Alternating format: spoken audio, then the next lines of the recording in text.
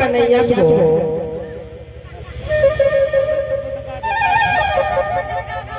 अरे तोर भरोसा में हम मंगल बाजार आए रहो बोले तय हाँ मंगल बाजार नहीं आएगा तो मैं हाँ सोचो साग भाजी ले जाऊं कह के सब्जी मंडी में पहुंच गए उन्होंने। सब्जी मंडी में पहुंचो तो एक डोकरा दादा में बैठे रहे ओला मैं हाँ पूछो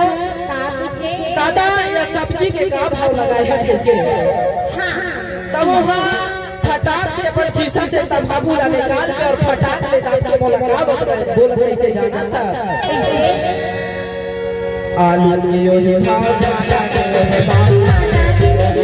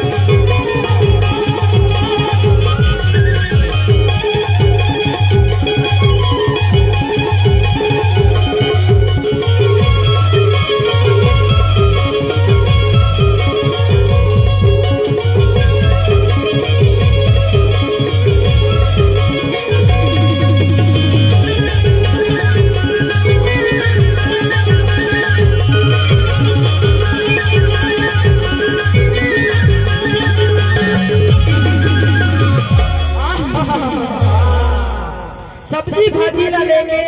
और मैं हाँ सोचे हो सब्जी भाजी तो ले डालो अब मैं हाँ मुर्गा मछली घर ले गई के मुर्गा के दुकान में पहुंच गए उन्होंने। मुर्गा के दुकान में पहुंचो ना तो वहाँ एक डोकरी दाई हाँ बैठे रही से बोला मैं हाँ पूछो दाई या मुर्गा के का भाव लगाए है तब वहाँ अपन पोलका के खीसा से गुड़ाखुर निकाल के और चाट में दाव के मोलका बोलत कैसे जाना था मुर्गा के यो हे भाव मुर्गे के यो हे भाव